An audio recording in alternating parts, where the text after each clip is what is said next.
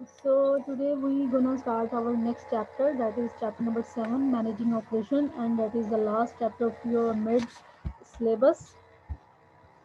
So during this chapter, you will be learned operational excellence can lead to competitive advantage. Operation strategies manager can pursue role of operations in enterprises.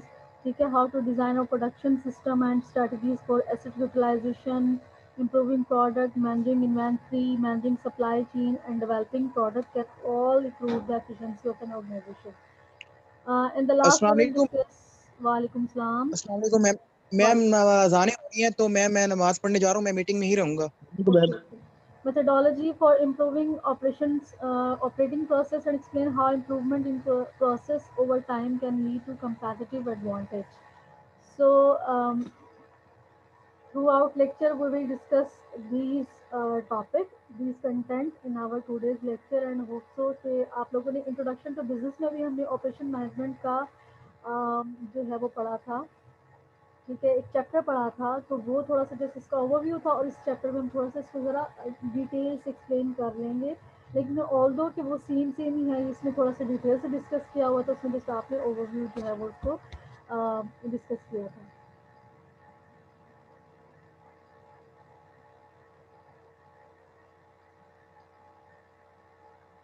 Okay, so our next slide is operation and operation manager.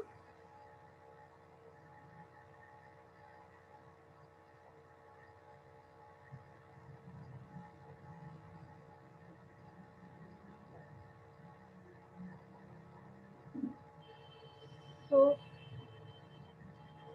okay, operations, different activities involved in creating an organization's product and services are known as operations। के वो सारा process जिसमें हम raw material को convert करते हैं finish और final product में और सर्विसेज में, that process will be called as operation. Operation managers जो होते हैं, पीपल हु मैनेज ऑपरेशंस। अब जो लोग इस सारे प्रोसेस को मैनेज कर रहे होते हैं वो ऑपरेशन मैनेजर कहलाते हैं। अब इस सारे प्रोसेस में आपका प्रोडक्शन सिस्टम का जो मैनेजमेंट में सारे जो आपके जैसे प्रोडक्ट क्वालिटी और जो inventory system, supply chain, product process development, ये सारा जो भी ये सारा प्रोसेस होगा और उसको मैनेज करने वाले कौन होंगे, जैसे वो उस डिपार्टमेंट का हेड होता है। ठीक है, सो वो ये सारे ऑपरेशंस को मैनेज करेगा तो वो ऑपरेशन मैनेजर कहलाएगा। ठीक है, अब बेसिकली जो ऑपरेशन मैनेजर होता है उसकी रिस्पॉन्सिबिलिटी क्या होती है टू कि हर जो managing operation efficient and effectively, efficiency का जो है कॉन्सेप्ट हमने पहले भी डिस्कस किया था कि to getting a maximum output on the least amount of input, कि आपने रिसोर्सेज को इस तरह से उसका यूज़ करना है कि उससे आप जितना बेनिफिट हासिल कर सकते हैं वो करें। ठीक है, और इफेक्टिव मीन्स कि जो आपका एक गोल है उस गोल की डायरेक्शन में ही आपके सारे जो है वो प्रोसेस होना चाहिए। ठीक है, ओके, देन है efficiency can be determined by the organisation from its productivity of to input labour and capital. कि जो हम एफिशिएंसी की बात करते हैं, बेसिकली जो आपकी एफिशिएंसी होती है ये हमेशा कॉस्ट से रिलेटेड होती है कि आपको कॉस्ट जो है वो कम से कम हो। ठीक है, तो हम कैसे डिटरमिन करते हैं कि जो सारा प्रोसेस है बड़ा एफिशिएंटली जो है वो पूरा वो प्रोसेस कंप्लीट हो रहा है, किससे? एक हमारा लेबर होता है, सेकंड हम कैपिटल से। अब जो प्रोडक्टिविटी है, प्रोडक्टिविटी एक तो ये पहले हम उसको प्रोडक्टिविटी को सॉरी जो हमारी एफिशिएंसी होती है वो डिटरमिन होती है प्रोडक्टिविटी से, और प्रोडक्टिविटी को मेजर करने के दो एलिमेंट है, that is labour and capital. अच्छा, प्रोडक्टिविटी को अगर हम इट सेल्फ डिफाइन करें तो ये है कि देखिए सेम ही एफिशिएंसी से कि आपकी आउटपुट ओवर इनपुट। ठीक है, फिर आपकी प्रोडक्टिविटी ऑफ लेबर जो है वो क्या होते हैं? Unit output divided by the sum measure of labour inputs.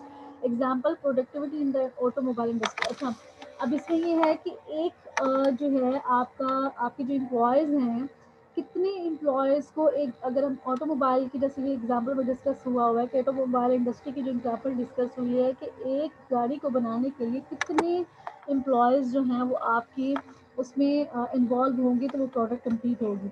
जैसे टोयोटा की अगर आपके पास बुक, आप लोगों की सबके पास बुक है, अगर आप बुक में देखें तो टोयोटा के है 20.6 एम्प्लॉयज़ जो हैं वो 20.6 एम्प्लॉयज़ आवर, कि वो इतने आवर्स काम करते हैं। प्रोडक्टिव लेबर मीन्स अब ये नंबर ऑफ एम्प्लॉयज़ के साथ साथ number of employee worked hour भी जो है वो काउंट होगा कि कितने घंटे जो है वो आपके वर्कर्स काम करते हैं तो एक गाड़ी बनती है, कितने घंटे एम्प्लॉयज़ काम करते हैं तो वो एक गाड़ी बनती है।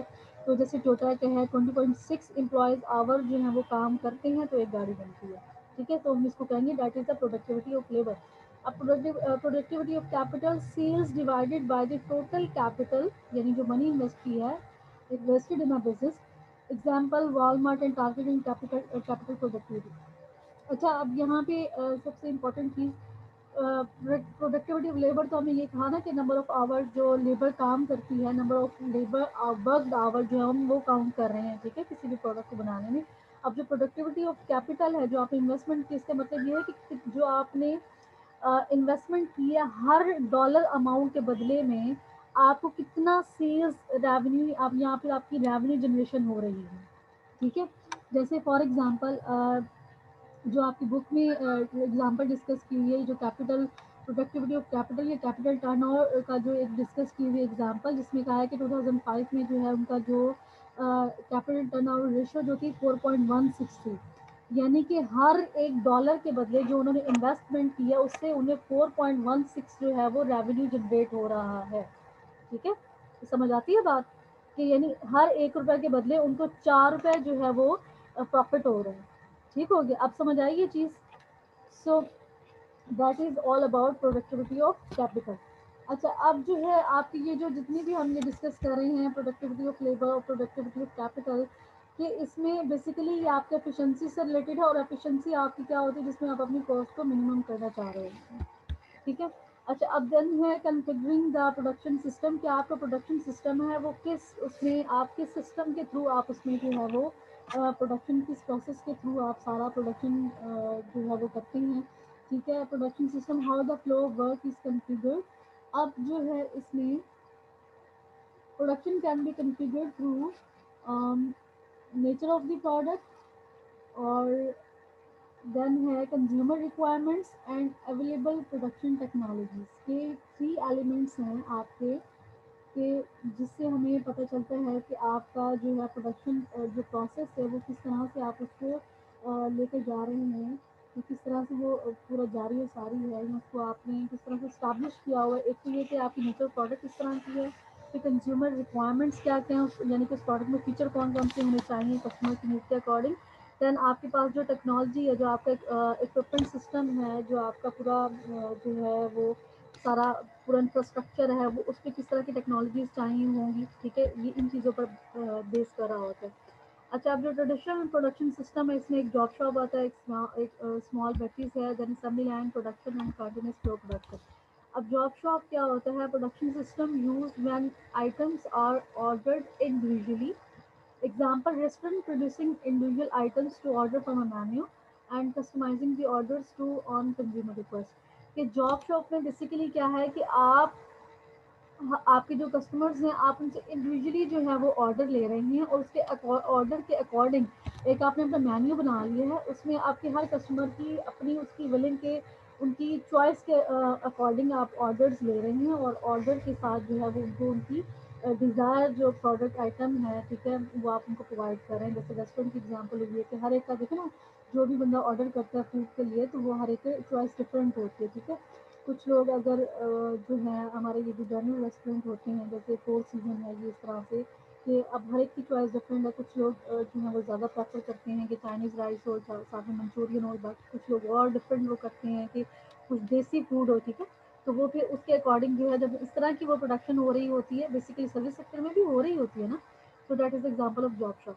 अब स्मॉल बैचेस प्रोडक्शन क्या है, production system use when a customer. अच्छा, जॉब शॉप में आपका ये जो क्लोथिंग ब्रांड्स होते हैं ना, ये भी आ जाता है।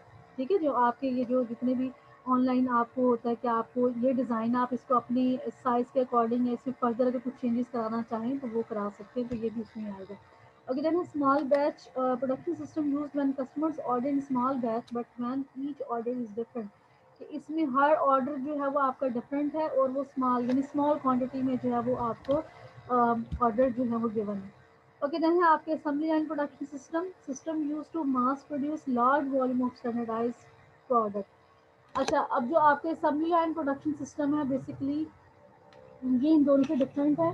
ये बेसिकली आपका मास प्रोडक्शन है, यानी स्टैंडर्डाइज प्रोडक्शन, इसमें कोई आप डिफ्रेंसिएशन नहीं लेकर, वो जो आपका जॉब शॉप है, ये स्मॉल बैटरीज वाला जो है, उसमें बेसिकली क्या है कि वो आपका सारा है जिसमें आप वेरिएशन लेकर आ रहे हैं प्रोडक्ट के हवाले से या सर्विसेज के फीचर्स के हवाले से।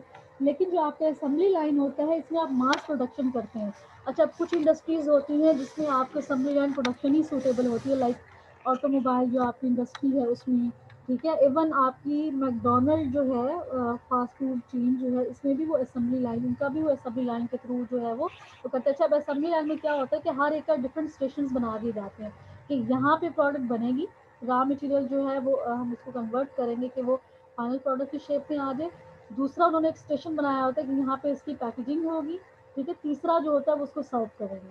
मैकडोनल्ड्स का भी इस तरह से यहाँ से उन्हें वो जो चिकन मिलेगा वहाँ सेकंड स्टेशन पे उसको वो उन्होंने फ्राई करना है, जो भी करना होता है वो करेंगे, थर्ड पे पैकेजिंग होगी, और फोर्थ वाला स्टेशन जो होगा वो उसको कस्टमर को जो है वो सर्व करेगा, ठीक है। तो ये that is example of assembly line production. Of continuous flow production है production system that continuously produce standardised output that flow out of the system.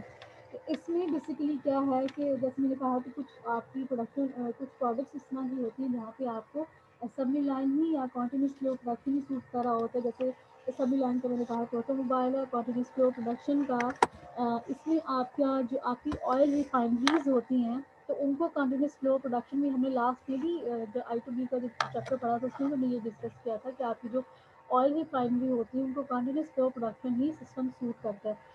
How why इस वजह से, बिकॉज कि वहाँ पे एक आपके उससे डिफरेंट प्रोडक्ट बन रही होती है, गैसोलीन बन रही है, ठीक है, लुब्रिकेंट्स बन रहे हैं, ठीक है, लिक्विड प्रोडक्ट्स डिफरेंट जो होती हैं वो बन रही होती है, तो उसके लिए आपको कंटिन्यूस फ्लो प्रोडक्शन ही सूट करती है। ओके, ये आपका है प्रोडक्शन सिस्टम फ्लेक्सिबिलिटी। यहाँ पे अगर आप देखें कि फ्लेक्सिबल, कस्टमाइज और इनफ्लेक्सिबल ये है, ठीक है। जो न्यू प्रोडक्ट टेक्नोलॉजीज आपकी आती हैं उसमें फ्लेक्सिबिलिटी रखी जाती है, जो इनफ्लेक्सिबल होती हैं जैसे कंटिन्यूस फ्लो, तो ये तो बिल्कुल आपका इनफ्लेक्सिबल होता है। स्टैंडर्ड वेरी स्टैंडर्डाइज होता है, असेंबली लाइन भी स्टैंडर्डाइज होता है। बाकी ये स्मॉल बैचेस जो है वो आपके फ्लेक्सिबल होते हैं, जॉब शॉप, जिसमें आप अपने कस्टमर की नीड के अकॉर्डिंगली आप उसमें चेंजेस करते हैं, उसके अकॉर्डिंगली आप सारी प्रोडक्शन करते हैं, ठीक है। ओके, देन है आपका production system differ in the degree to which their output is standardised, their flexibility and their cost. कि आप एक तो आपकी जो आउटपुट है, जो प्रोडक्ट है, उसकी बेस पर भी आपने देखना होता है कि कितना स्टैंडर्डाइज होगा, और फिर दूसरा आपने कॉस्ट को भी देखना होता है। ऐसा नहीं होता कि आप ऑयल रिफाइनरी की आपकी जो है वो फैक्ट्री है या आपकी वो फार्म है और आप कहें कि हमने स्मॉल बैचेस में जो है वो करना है, या आपके ऑटोमोबाइल जो है वो फार्म है ऑटोमोबाइल इंडस्ट्री में, और आप कहें कि हमने स्मॉल बैचेस या जॉब शॉप को करना है, तो ये तो हमको बड़ा कॉस्टली पड़ जाता है, ठीक है, हर एक के लिए। और जो हमें पता है कि इकोनॉमीज ऑफ स्केल का कॉन्सेप्ट, ये cost of advantage drive from large volume production के, जैसे जैसे आप लार्ज वॉल्यूम में प्रोड्यूस करते जाते हैं आपकी कॉस्ट क्या होती है वो रिड्यूस होती जाती है, ठीक है। देन है आपका लर्निंग इफेक्ट्स। इसी तरह से इकोनॉमीज ऑफ स्केल, जब भी आप कॉन्टिन्यूस प्रोडक्शन और ये असेंबली लाइन वाले उसको जब आप फॉलो करते हैं, तो ये हमेशा आप इकोनॉमीज ऑफ स्केल का जो एक कॉन्सेप्ट होता है उस इस अप्रोच को आप अचीव कर लेते हैं, ठीक है। क्योंकि मास प्रोडक्शन हो रही थी, जैसे जैसे हम लोगों ने ये कॉन्सेप्ट पहले भी डिस्कस किया था कि जब भी आप जब आपका मास मतलब स्टैंडर्डाइज सारा प्रोडक्ट होता है, यानी कि आपने सारा स्टैंडर्डाइज प्रोडक्शन प्रोसेस है, सारी आवाम के लिए, सारी आपके जो टारगेट जो है कस्टमर के लिए आप एक जैसी प्रोडक्ट बना रहे हैं, तो आपकी फिक्स कॉस्ट जो होती है वो स्प्रेड हो जाती है डिफरेंट प्रोडक्ट, डिफरेंट जो आपकी आइटम्स हैं, प्रोडक्ट है उन पर, ठीक है। जैसे जैसे आपकी फिक्स कॉस्ट स्प्रेड होती जाती है, आपको पर यूनिट कॉस्ट जो है वो रिड्यूस होती जाती है। That is the concept of economies of scale. अब लर्निंग इफेक्ट क्या है? Cost saving that comes from learning by doing. जैसे जैसे आप लार्ज क्वांटिटी में प्रोड्यूस कर रहे होती हैं, तो आपको शॉर्ट ट्रिक आ जाती हैं, ठीक है। इसी तरह से एक जॉब स्पेशलाइजेशन का कॉन्सेप्ट हमने पढ़ा था, जिसमें आप मतलब चंद जो रेपिटेटिव टास्क होते हैं उस पर एक कुछ एम्प्लॉयज़ को जो है फिक्स कर देते हैं, और वो रेपिटेटिव टास्क यानी कि वो टास्क जो सेम होते हैं, जैसे पैकेजिंग में एक बंदा उसको पैकेज करता जाएगा, उसको प्रोडक्ट आप दे देंगे जिससे सिर्फ उसने पैकेजिंग ही करनी है, ठीक है। एक बंदा है जिसने उसको आगे मतलब स्टोर में रखते ही जाना है, ठीक है। तो लर्निंग इफेक्ट में बेसिकली क्या है कि जब आपकी शुरू में जब आप एक प्रोडक्ट में न्यू टेक्नोलॉजीज़ लेकर आ रहे होते हैं इक्विपमेंट के हवाले से, जब आप उसमें यूज़ टू हो जाते हैं तो आपकी ज़ाहिर है जो उसमें फिर डिफेक्शन के या उसमें गलती के मिस्टेक के चांसेस कम हो जाते हैं, आप अपनी उससे सीखते हैं तो क्या होता है आपकी प्रोडक्शन कैपेसिटी या एफिशिएंसी जो है वो इंक्रीज़ होती है। अच्छा, अब जो न्यू प्रोडक्शन टेक्नोलॉजीज़ हैं लाइक मास कस्टमाइजेशन, अब जो न्यू प्रोडक्शन टेक्नोलॉजीज जो यूज़ हो रही हैं दैट इज़ मास कस्टमाइजेशन है। First of all, new production technologies are design to break the well established relationship between the product customisation and higher cost.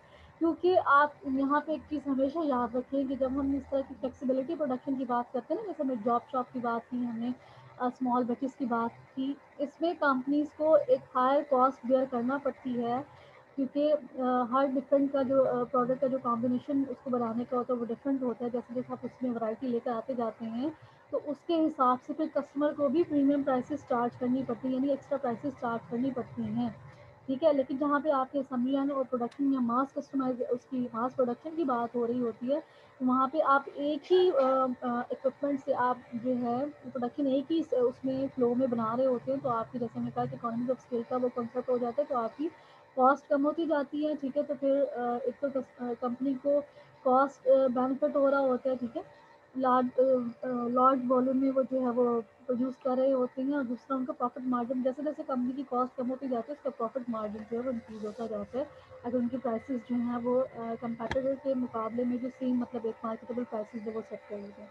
अच्छा, अब जो मास कस्टमाइजेशन है कि भाई जब आप ये स्मॉल बैचेस में या जॉब शॉप प्रोडक्शन कर रहे हैं तो इसकी एक कॉस्ट जो आपको बेयर करनी पड़ती है। तो अब एक न्यू कॉन्सेप्ट है कि आप मास कस्टमर यानी लार्ज स्केल पे कस्टमाइज़ तो कर रहे हैं, कस्टमर के अकॉर्डिंग उसमें चेंजेस प्रोडक्ट में उनकी चॉइसेस के अकॉर्डिंग आप चेंजेस लेकर आ रहे हैं उसके फीचर में। जैसे मैंने क्लोथिंग की एग्जांपल डिस्कस की कि इसमें आप मास कस्टमाइजेशन कर देते हैं, यानी लार्ज स्केल पे आप ऑर्डर्स लेते हैं और फिर करते हैं कस्टमाइजेशन, यानी कस्टमर के नीड्स के अकॉर्डिंग उसमें चेंजेस लेकर आते हैं।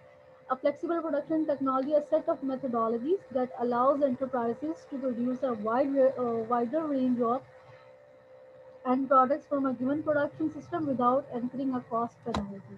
तो बेसिकली आप इसमें क्या करेंगे कि आपने जो है वो कॉस्ट वाला एलिमेंट है उसको भी आपने फोकस किया है, कॉस्ट को भी कंट्रोल करते हुए आप फ्लेक्सिबल प्रोडक्शन करते हैं। ठीक है, अब फ्लेक्सिबल प्रोडक्शन जो है जैसे ये आपकी ऑटोमोबाइल इंडस्ट्री है, इसमें बेसिकली अब मास कस्टमाइजेशन की जैसे कलर्स में डिफरेंस आ जाता है। ठीक है, अब जैसे हमने डिस्कस किया था कि अगर लग्जरियस गाड़ियाँ हैं वो बना रहे हैं, जैसे टोयोटा का है कि उन्होंने लग्जरियस गाड़ियाँ बनाने के साथ साथ मिडिल क्लास पे भी फोकस किया, उनके हवाले से भी उन्होंने गाड़ी में पहले अगर वो एक ब्लैक कलर में से उसको डिफरेंट कलर में कर दिया।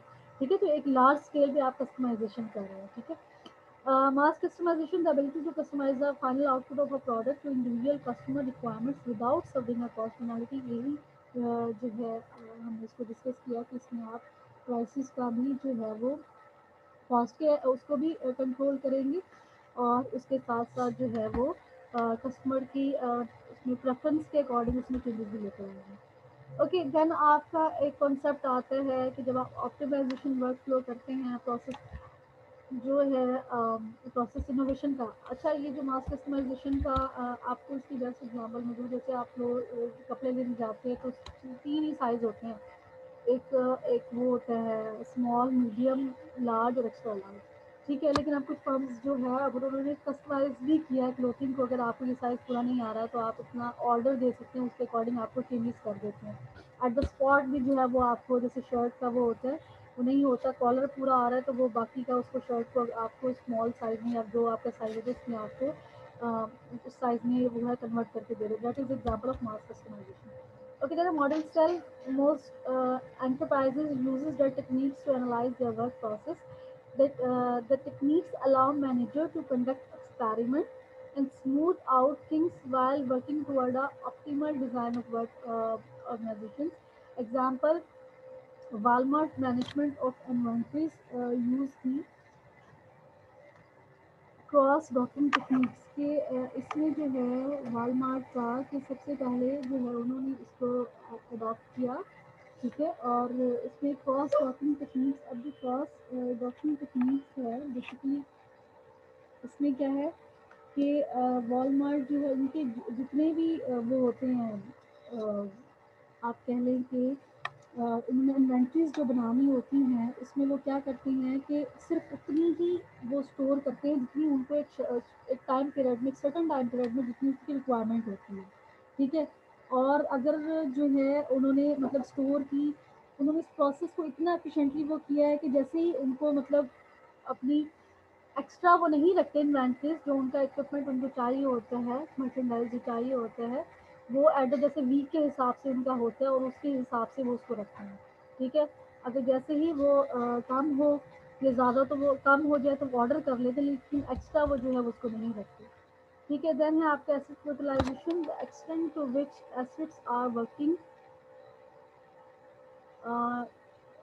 Working generating income for the organisation. अच्छा, अब इसमें आपने देखना है कि जो आपकी एसेट है उसका, आप उसको कितना अफेक्टिवली जो है वो यूज़ कर रहे हैं, ठीक है। कि रियल टाइम प्राइसिंग की पहले आपकी जो थी उसको, अच्छा यहाँ पे कुछ जो है वो चीज़ें समझने वाली बहुत ज़्यादा ज़रूरी हैं। फॉर एग्जांपल कि सबसे पहले आपने देखना है कि उसकी कैपेसिटी टोटल कितनी है, उसकी रियल टाइम प्राइसिंग पहले कितनी थी उस एसेट की, ठीक है। उसके बाद उसकी ऑप्टिमाइज कैपेसिटी, यानी कि आप उसको कितना अफेक्टिवली जो है वो यूज़ कर सकते हैं, कितना उससे मैक्सिमम बेनिफिट ले सकते हैं, ठीक है। अब उससे बेनिफिट लेने के हवाले से आपको डिफरेंट जो है वो स्केड्यूलिंग करनी पड़ती है, यानी एफिशिएंट आप स्केड्यूलिंग करेंगे, ठीक हो गया। और फिर आप उसका क्विक टर्न अराउंड आप देखेंगे कि उसको क्विकली जो है स्केड्यूलिंग करने के बाद उसको आप कितना इफेक्टिवली जो है वो यूज़ कर सकते हैं और कितना उससे बेनिफिट ले सकते हैं, ठीक है। इसको अगर हम नेक्स्ट में देखें, देखिए यहाँ पे एग्जांपल देखें, consider example of restaurant owner want to increase return on investment, he will do following steps. एक है ऑप्टिमाइज कैपेसिटी। अब यहाँ पे एक रेस्टोरेंट की एग्जांपल डिस्कस हुई है, ठीक है। Balancing seat capacity with expected demand, कि अब तो अच्छा उसके पास ये है कि रिसोर्सेज जो उसकी हैं कि रूम है या एक बड़ा हॉल है, उसमें टेबल सेट हैं, ठीक है। अब उसका ये है कि he will try to set the seats के जिसमें मतलब स्पेस जो इतनी एक्स्ट्रा छोड़ी होगी उसको यूटिलाइज कर सके, ठीक है। ज़्यादा से ज़्यादा टेबल जितने वहाँ पे सेट हो सकते हैं, ठीक है, डिमांड के अकॉर्डिंग। जैसे लंच टाइमिंग में जो है वो ज़्यादा मतलब लोग वो रुक करते हैं रेस्टोरेंट्स का, तो आप उस टाइमिंग में जो एक्स्ट्रा स्पेस होगी उसको ख़त्म कर देंगे, वहाँ पे टेबल लगा देंगे, ठीक ठीक है, ताकि अगर डिमांड इंक्रीज़ होती है ज़्यादा से ज़्यादा, अगर आपके कस्टमर आती हैं तो टेबल फ्री उनको मिले, ठीक है। तो दैट इज़ एग्जांपल ऑफ, पहले आपने उसको आइडेंटिफाई कर लिया कि यहाँ पे फर्दर हम इसको यूटिलाइज इस स्पेस को कर सकते हैं। Then efficient operations mean quick customer services and cleaning of the table, कि जैसे जैसे आपके कस्टमर जो है वो ज्वाइन करते जाते हैं, एक तो आपने फ़ौरन से उनको इंटरटेन करना होता है, ठीक है। इसका मैनेजर जो होते हैं, और ये जो होटल मैनेजमेंट में होते हैं वो लोग उसका वो एक्सेस टाइम देखते हैं कि कितना, क्योंकि इससे पूरी वो उसका एफिशिएंसी का पता चलता है और परफॉर्मेंस का पता चलता है कि कितना वहाँ का जो स्टाफ है वो कोऑपरेटिव और कितना एफिशिएंट है। सो उसमें जितना आपके टाइम कम होगा तो इसका मतलब है कि आपका जो ऑपरेशन है that are very efficient, scheduling a good reservation system that coordinates reservations with the how long it takes to customer to eat a meal आएगा, सॉरी यहाँ पे ये मील्स लिखा हुआ है। So new customers are scheduled to arrive at a table being cleared, कि फिर उसके बाद आपने एक एफिशिएंट ऑपरेशंस का आपने कहा कि अगर कस्टमर आते 2 मिनट के अंदर अंदर जो है वो स्टाफ में से जो कोई भी जाएगा और जाके उनको डिटेन करेगा, उनको ऑर्डर्स लेकर टेबल क्लीन होने चाहिए, ठीक है। सो स्केड्यूलिंग के हिसाब से फिर आप वो करते हैं कि जो ऑलरेडी आपके कस्टमर जो वहाँ पे बैठे खाना खा रहे हैं उनको कितना टाइम लगता है, ठीक है, उनको अपना मील फिनिश करने में, और उसके बाद जो है वो कितना टाइम वैसे थोड़ी देर वहाँ पे बैठते हैं, ठीक है। ये सारी आपने स्केड्यूलिंग करनी है। अच्छा, अब यहाँ पे हमारे यहाँ पे इतना एफिशिएंट सिस्टम नहीं है। न्यूयॉर्क में बेसिकली जो आपके ये जो कंट्रीज है ना, फॉरेन कंट्रीज में, वहाँ पे वो एक मैक्सिमम वो बता दिया जाता है रेस्टोरेंट में जाते हैं कि maximum up to you can sit in a restaurant for 2 hours, ठीक है। आप यानी खाना बातें जो है वो आपने 2 घंटे के अंदर अंदर जो है वो आपने अपना कंप्लीट करना, उसके बाद जो है वो आपसे वो टेबल जो है वो खाली करा दिया जाता है, ठीक है। So it was all about today lecture. और यहाँ तक किसी को कोई कंफ्यूजन और कोई प्रॉब्लम